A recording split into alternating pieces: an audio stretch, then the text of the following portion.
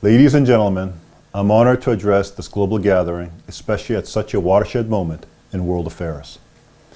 I want to thank all our distinguished speakers, especially the members of the ROK National Assembly and the U.S. Congress, for your participation and leadership. Your joint cooperation is more important today than ever in shaping a clear strategic vision for the future of the Korean Peninsula. I also want to thank my good friend, Dr. Edwin Follner, for his lifelong work in championing the cause of freedom and his unwavering support for the vital U.S.-ROK alliance. Ladies and gentlemen, Russia's unprovoked invasion of Ukraine with its brutal implementation has been a rude awakening for the world.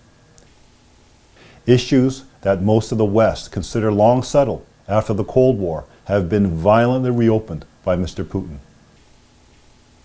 His reprehensible war reminds us that there are still dictatorial state powers ready to use force to impose their will on their neighbors. The reaction to his naked aggression must have come as a great shock to Mr. Putin. Instead of an overwhelming Ukrainian forces in the initial stages of the invasion, leading to the collapse of the Zelensky regime, his forces were met with a fierce united resistance all along their sectors of advance. From the streets of Kiev to the Donbass of eastern Ukraine, a massive movement of private citizens has heroically put their lives on the line to defend their country, their sovereignty, and their freedoms. The courage and determination of the Ukrainian people have jolted the wider public and nations out of their apathetic complacency. Compelling stories of ordinary citizens fighting back against this brutal onslaught have filled 24-hour cable news channels. Tech-savvy Ukrainians have joined the information battle, effectively using social media to alert the world to what is happening to their families, communities, and their nation. Broad support for the Ukrainian cause has pressed officials in many nations to take action. This international response has not been the weak, divided, rhetorically hot air that Putin must have expected. Instead, it has been resolute and unified, especially among NATO and European Union members. Together with the US and global allies, they have imposed heavy sanctions on Russia and are providing massive amounts of arms and aid to Ukraine's resistance. Earlier this month, UK Prime Minister Boris Johnson, in a daring show of support, walked the streets of Kiev in solidarity with Ukrainian President Zelensky. He was followed by the leaders of Poland and the Baltic states, countries that have first-hand experience and knowledge of Russian control during the Soviet era. These leaders recognize that the Ukraine crisis is at its root about a clash of civilizational values. One of universal God-given freedom and rights versus that of statist totalitarianism. There are essential values that must be defended against aggression, and this has significant global implications. NATO Secretary General spelled this out at a recent meeting of NATO foreign ministers, also attended by representatives of South Korea, Japan, Australia, and New Zealand. Noting that China had joined Russia in questioning the right of nations to choose their own path, he underscored the need for democracies to stand together to protect their fundamental rights and values. China has, of course, been watching the situation closely. The price being exacted on Russia by Ukrainian resistance and international sanctions is likely to make China more cautious as it weighs the costs and benefits of imposing its will through military force, especially in Taiwan. Not surprisingly, North Korea test-launched ballistic missiles twice in the wake of Russian invasion, reminding the world, and especially South Korea, of its offensive capabilities. But this is just saber-rattling. The use of military force against South Korea is off the table in the current climate, as long as international support, and especially the U.S. alliance, remains strong.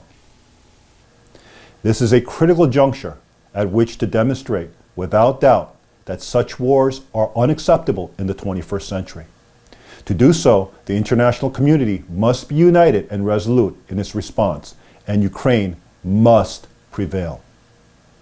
Such a decisive defense of freedom, human rights, and self-determination will have far-reaching implications, making it clear that these are not merely political positions nor national policy, but universal principles necessary for human flourishing and peace in this century.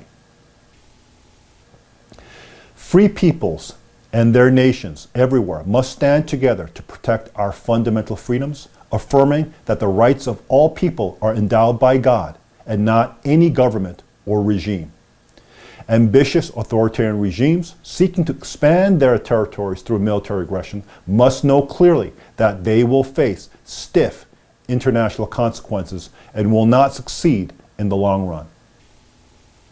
This will have significant geopolitical ramifications, and most immediately in Northeast Asia. The current division of the Korean Peninsula is rooted in unresolved issues from World War II and the Cold War. The 1919 Samil independence movement under Japanese colonial rule called for Korea to be united, independent, and free.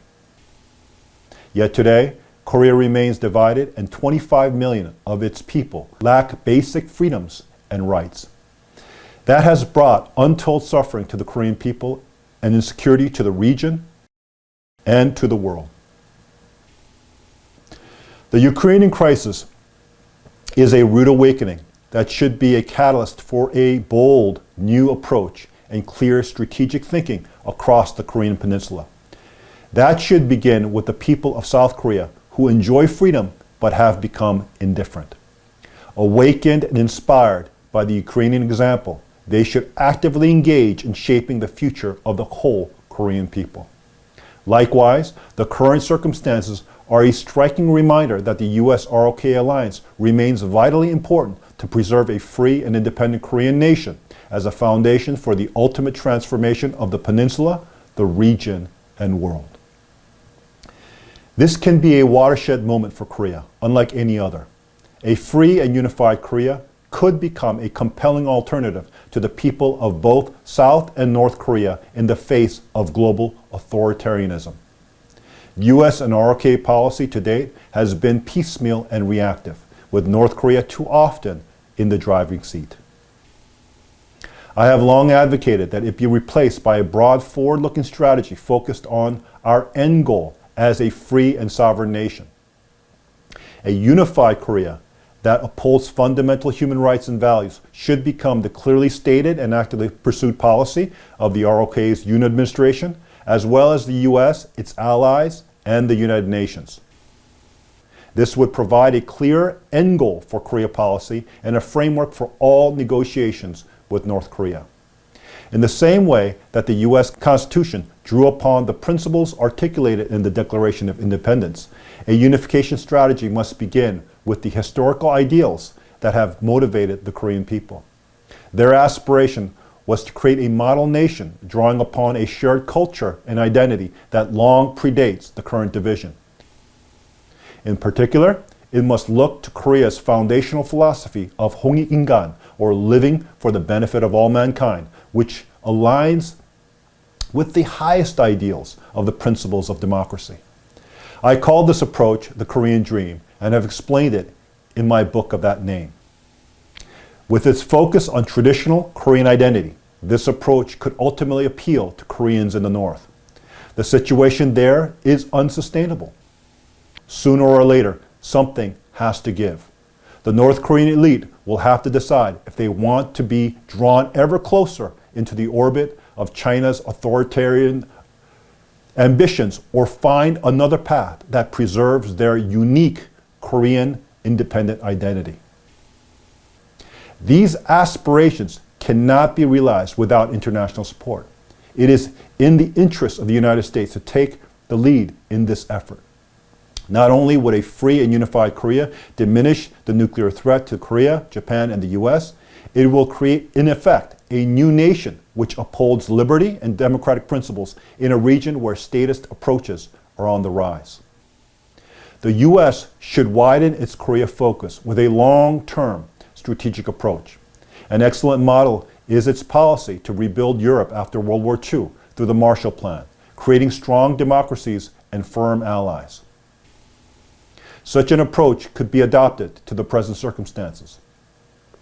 Rather than directly taking the lead in dealing with North Korea, the U.S. should provide strong policy support for a free and unified Korea, along with its commitment for economic assistance in rebuilding the North. South Korea, which the North has always tried to sideline in negotiations, should lead the process with American backing and strong regional support. Finally, great social transformation requires the active engagement of a broad public united in a pursuit of a common cause. Just as with the effort to stop Russian aggression in Ukraine, the movement for a unified Korea should marshal broad Korean and international public support expressed through active civic organizations and NGOs. This charge has been taken up by Action for Korea United, one of our co-conveners here today, and the largest citizen-driven movement for unification in the history of South Korea. It is making unprecedented progress in building civic consensus, bridging political, religious, and regional divides, and collaborating with government and other stakeholders to promote the cause of unification among Koreans everywhere. By overcoming its own colonial and Cold War history, a free and unified Korea that upholds the freedom and essential rights endowed to all by God can play a major leadership role in Asia and throughout the world. With vision, leadership, and robust civic action, Korea's historic quest for one free, independent, sovereign nation is a timely and achievable goal that will bring great benefit to the world. I believe each of my Korean compatriots in today's forum engaged in the Action for Korea United here and across the diaspora in America and around the world are ready to lead this effort. Now more than ever, we must stand together for the freedom and the fundamental rights of the entire human family. Let us seize this opportunity now in the 21st century to build together a history of freedom, peace, and well-being for all. Thank you very much for your leadership and commitment to this most important cause. May God bless you and your families.